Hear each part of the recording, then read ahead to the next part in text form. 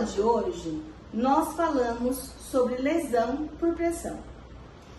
E eu ainda quero complementar esta aula com a mobilidade no leito. O que seria isso? Mobilizar pacientes que não têm a independência para fazê-lo sozinho. A mobilização no leito. Mobilização dos idosos. As pessoas com algum tipo de incapacidade que passam a maior parte do tempo na cama ou na cadeira precisam mudar de decúbito a cada 2 horas, como eu disse, na lesão por pressão. Este cuidado é importante para prevenir o aparecimento de lesão por pressão ou úlcera por pressão. Nesta aula, explica como nós devemos fazer a mudança de decúbito. Porém, na aula de cuidados com pacientes acamados, nós fizemos esta atividade. Então, nós não vamos nos apegar muito nessa aula, ok? Vou mostrar aqui somente algumas coisas que eu não tenha mostrado. A postura do cuidador.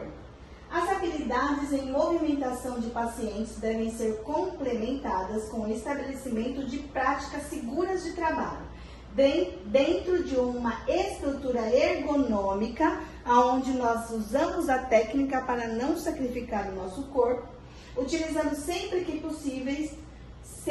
possível materiais e equipamentos auxiliares. Considerações gerais. Posições incorretas. Não deve assumir posições que exerçam tensões sobre o corpo, tais como inclinar sobre a cama, ajoelhar-se ou rodar o tronco ao mesmo tempo. Então, ajoelhar aqui e dobrar o tronco ao mesmo tempo, não deve fazer isso. O corpo deve acompanhar a rotatividade. Risco associado ao idoso.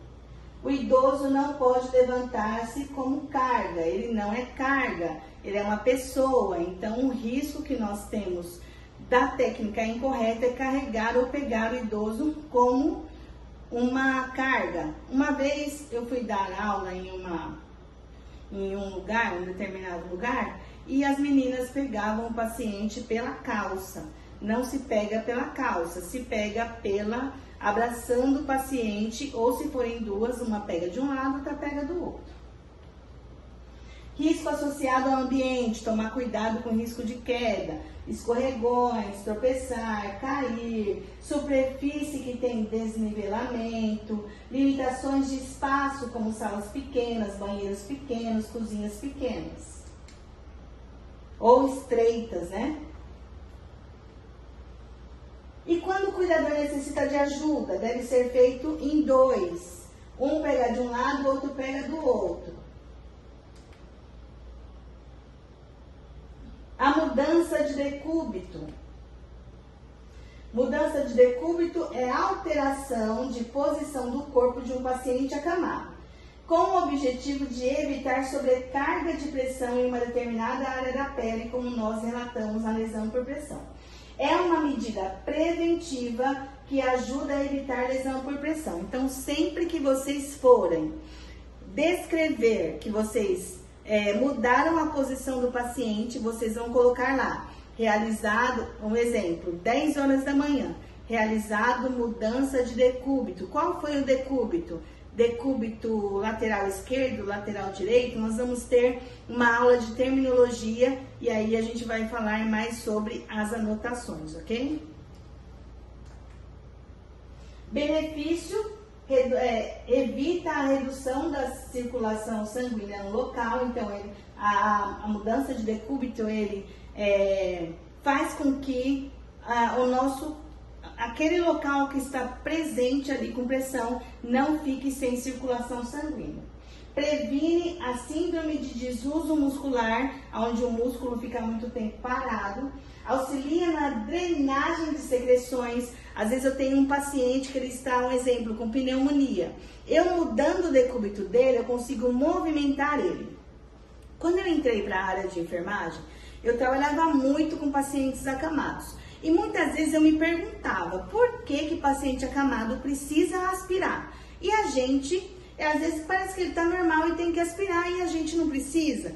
E aí eu fui entendendo, estudando e conhecendo que nós nos movimentamos, nós andamos, respiramos, nós estamos em ativa. Sendo assim, o nosso corpo ele absorve as secreções que muitas vezes acumulam no nosso organismo, principalmente no nosso pulmão. O paciente acamado não, ele não tem movimentação nenhuma. Nós temos que fazer isso por ele. E quando quem já percebeu que você pega o paciente e vira ele de decúbito, ele solta uma secreção, porque nós movimentamos o paciente. Então, a mudança de decúbito auxilia na eliminação de secreção, prevenindo até uma pneumonia ou alguma outra complicação pulmonar. Promove também o conforto ao paciente. Tipos de decúbito existente: dorsal ou supina, que seria de barriga para cima, prona ou ventral, barriga para baixo, lateral, esquerdo ou direito. Nós temos alguns transfer que nós utilizamos para mudar o decúbito e algumas técnicas também. Eu vou mostrar para vocês ali no José, que está ali na cama. Princípios básicos para a mobilização corretas, os transfers, alguns exercícios que nós podemos realizar com o nosso paciente, como movimentar os dedos dos pés, movimentar os pés, tornozelo para frente, para trás e para frente.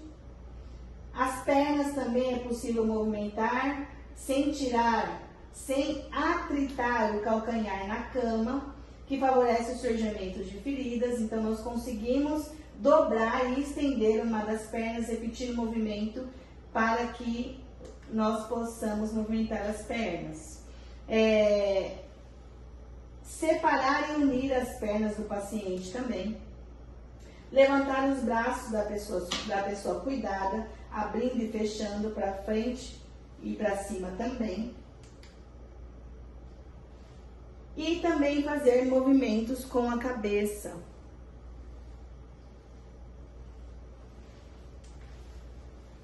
Fique atento, é importante oferecer à pessoa cuidada a maior quantidade de líquidos para facilitar a saída de secreção e estimular a tosse e cuspir.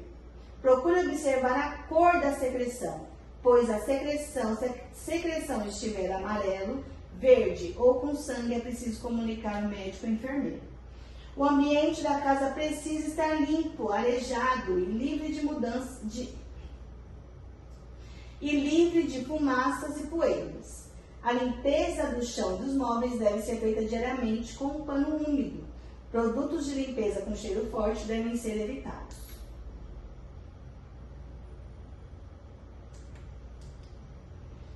Idoso consciente promove saúde. Agora vamos lá, que eu vou mostrar para vocês a mudança de decúbito no José. Bom, como é possível mudar o decúbito do meu paciente? Eu posso usar 2 travesseiros e usar eles como coxins. O ideal é pegar pela travessa, tá? Para não ter que tocar no paciente. Então, eu pego aqui na travessa. Se ele está de barriga para cima, posição supina, eu trago ele para perto de mim, pego o braço dele, coloco aqui em cima, este também, e aí eu viro o meu paciente para um lado. Coloco o travesseiro aqui atrás dele.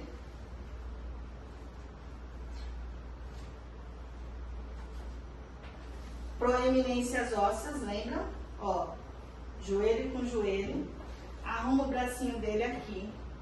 Posso arrumar aqui também, para ele não ficar tão